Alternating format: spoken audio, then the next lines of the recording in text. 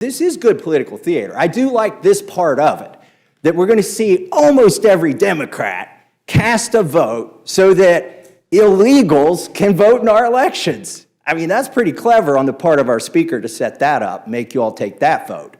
But here's what he's going to do after you take that vote.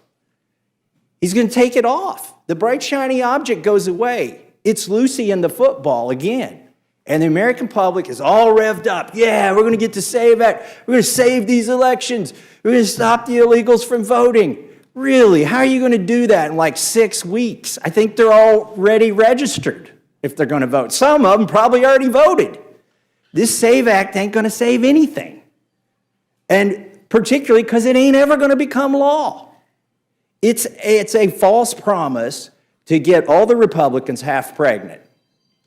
And then you're going to get fully pregnant by the end of September when you vote for this CR. Everybody knows in this room that it is already illegal to vote if you are not a citizen. It is illegal to vote if you are not a citizen. It's illegal to vote if you are a resident and not a citizen. It's illegal to vote if you're an undocumented immigrant. It is illegal to vote already. So that concern that they keep raising is not real. Instead, what did they do? This SAVE Act actually hurts my communities once again, because who do I represent? I represent Native Americans. The first Americans will no longer be able to use their tribal ID to register and vote. It's making it harder for Native Americans to vote. And I might remind people, who helped Joe Biden win Arizona? Native Americans. Who does this bill target? Native Americans. I might remind everybody that who else is it making harder to vote? We're talking about veterans.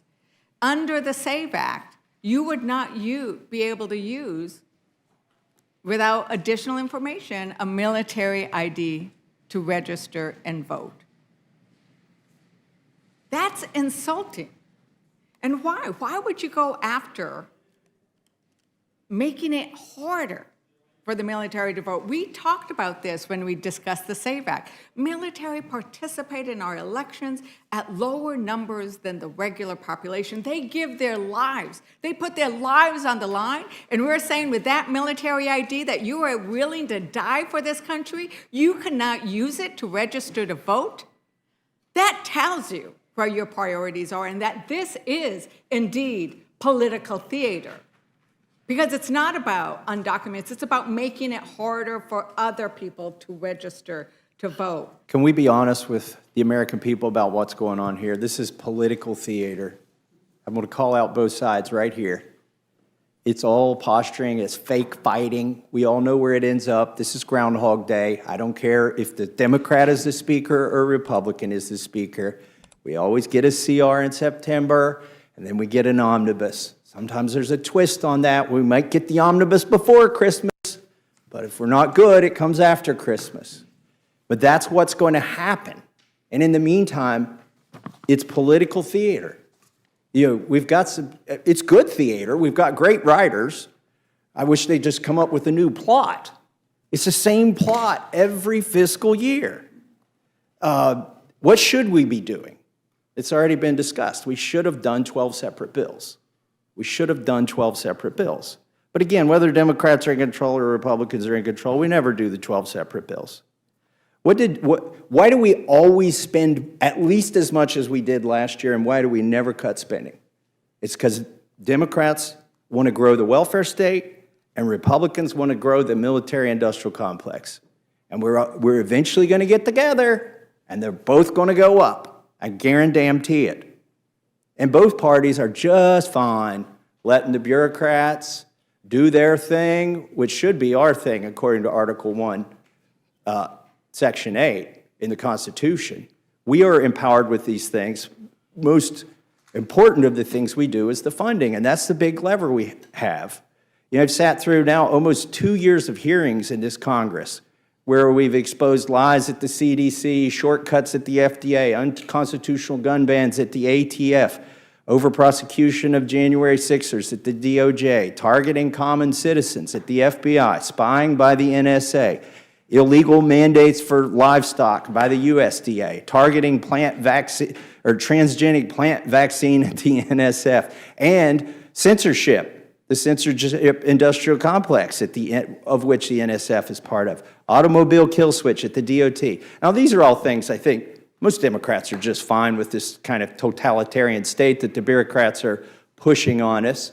But Republicans at least pretend to be against these things.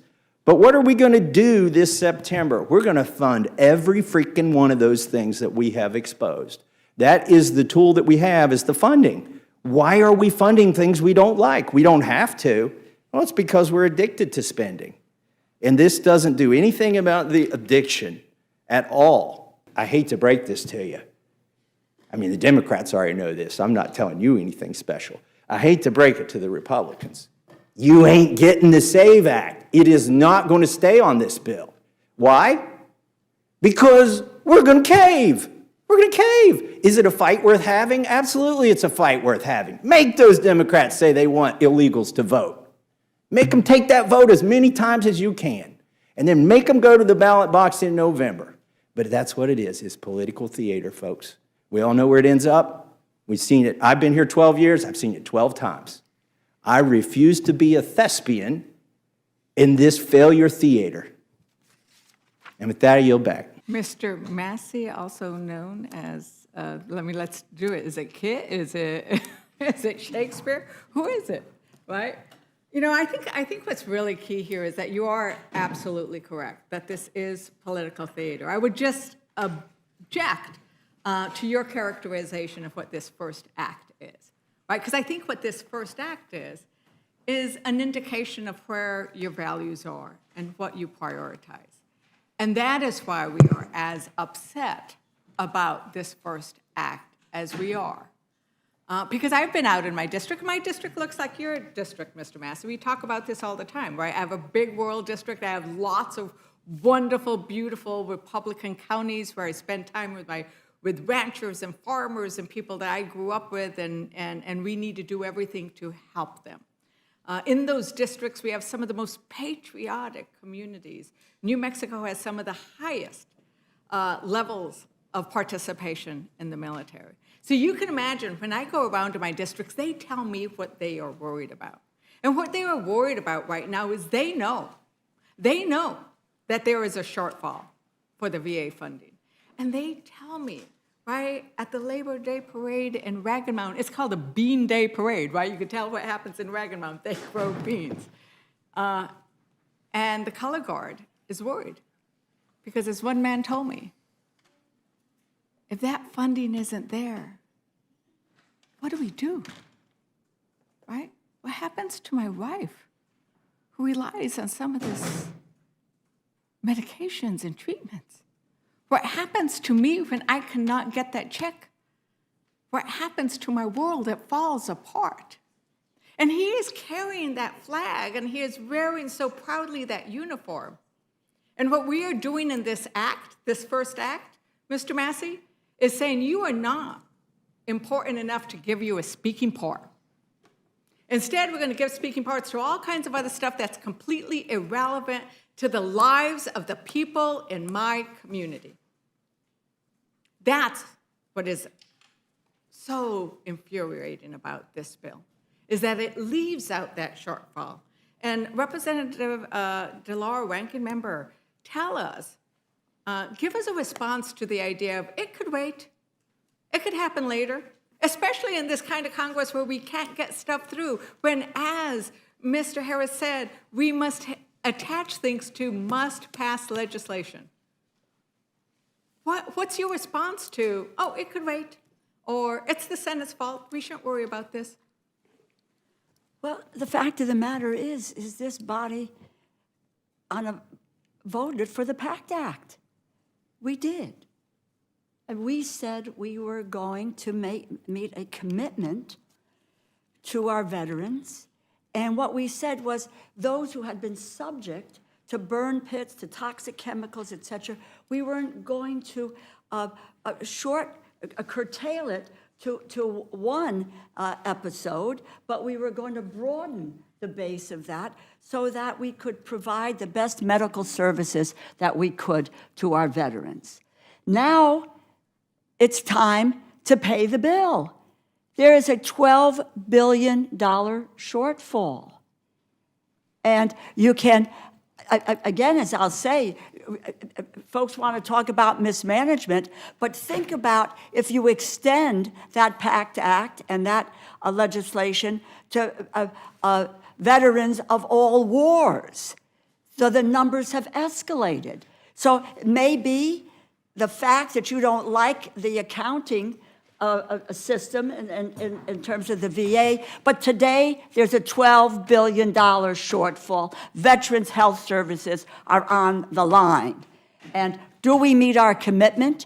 Do we do the right thing? Do we keep a promise to our veterans? In addition to which, there's the craziness of talking about another part of the bill where we say they can spend the money on these medical services faster. There's no money to spend faster, so nobody was paying attention to what, in fact, was going into this bill, et cetera. So they're just leaving veterans behind in this effort. And I just think it is disgraceful and shameful. You can't go home to your folks.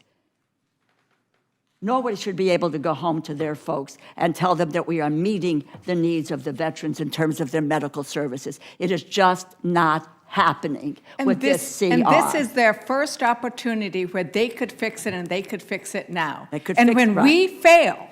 when we fail in our first opportunity, and as the Representative Harris has said, a must-pass bill to prioritize our veterans, we are not giving them the priority they deserve. And instead, what are we doing? Instead, what did they say is the shiny object, as Representative Massie said? The shiny object is the SAVE Act. I want to say, why? Why are you making it so hard for our military to vote? Is it because military voters are increasingly upset with the Republican presidential nominee, Madam Chair? I'd like to introduce the February 2024 article, open quote, "Trump disrespects the military." It's published in the National Security Action. Without objection. Thank you, Madam Chair. I would point out, Madam Chair, that in the article it points out that Trump has, and I quote, "Trump has not only continued to verbally insult active duty military, prisoners at war, and follow service members. As president, he consistently failed to protect them and laughed off their injuries and deaths." With the military ID, you can fight and die for this country. But their Republican SAVE Act bill wouldn't let you use it alone to register to vote. So, you know, I've traveled my district and heard from folks who are in situations like other people in this room who've suffered horrible disasters. Right, in my district, we've had flooding and fires. There's a disaster declaration in place to cover the hard work of recovery. But I've also met with the administrator. She was out there visiting the site, and she explained to me what is going to happen because there is not enough money to cover the obligations to help people recover. And let's face it, a flood, a fire, or tornado, or hurricane, that's not red or blue. That just destroys the lives of our communities. I'm fighting for this FEMA funding because New Mexico has 2 disaster declarations, and my citizens, my constituents will be hurt. But you know what? I'm concerned about every state. Every state, every community deserves help. Looking around this room in Kentucky, there's a disaster declaration in Kentucky. They need help. Texas, they need help. New York, South Carolina, they'll all suffer if we don't fund FEMA shortfall. Representative DeLore, can you describe what happens if we don't provide the full funding that's needed at FEMA now? It really is pretty incredible. On Friday, last Friday, in my district in Seymour, Connecticut, where we had these flash flooding, and it wiped out a rail line. The structure underneath the rail lines just was washed away, and I went to visit the site with the emergency services, with people representing FEMA, et cetera.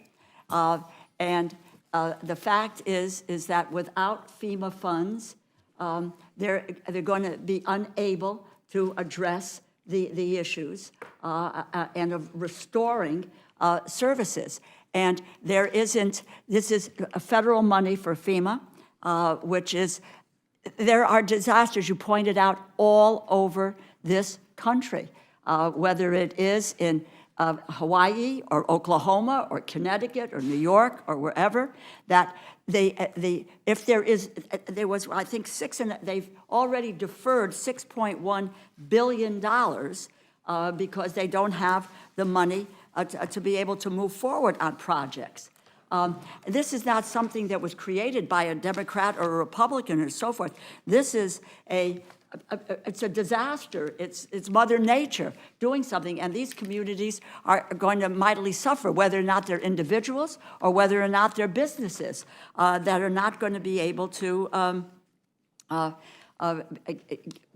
deal with the kinds of services that are necessary for them to continue. If without the money, FEMA cannot move forward. They need $24 billion. And my understanding in this bill, there's $10 billion. That is a very, very big difference in what we need in order to be able to go forward to meet the disaster relief issues that are facing. So less than half of what is needed. Republicans put in the continuing resolution less of half of what is needed. So which business do I say, you get help, but I'm sorry, on the other side of the street, your neighbor is not? When we are going to be working neighbors to neighbor, community to community, we must cover everybody. No matter where you live, whether it is in South Carolina or in New Mexico or in Connecticut or in Kentucky.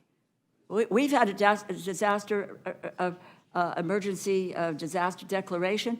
Towns like Seymour, Oxford, Monroe, all of these places are just trying to figure out how they're going to be able to build back. And without FEMA, they're not able to build back. And it is just a helping hand that FEMA is coming up. It's just, it's the kind of thing you do expect government to do. When there is that kind of disaster, what kind of helping hand can you expect? And our federal law says we will provide it. But once again, it is Congress's job to fund the government, to fund our promises, to fund the Pact Act, to pass the Farm Bill. We haven't done that. So all the things we should be doing that we are not doing, and instead focusing on items that are not essential in this moment. Well, I think there's a point with regard to defense funding, and that, you know, this is acute national security threats that we are faced with. And I won't go into chapter and verse because the Secretary's letter does that. But each of the services impacted under this 6-month CR, the Army, delaying development of next-generation squad weapon, lethal semi-autonomous aerial unmanned systems, and the Navy delays space and electronic warfare engineering programs. Air Force delays B-21 progress, initial operational capability. So this is a reality. Ranking on labor HHS, not on defense, and the material is coming from the Department of Defense with a reality of what happens with a 6-month continuing resolution.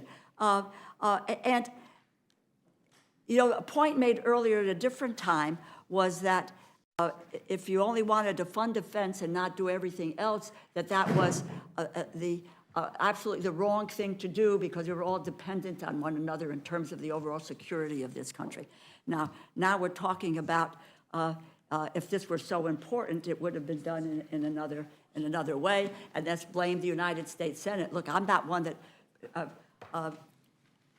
carries a lot of water for what goes on in the United States Senate with some areas, but I'll be, you know, this is not the Senate's fault.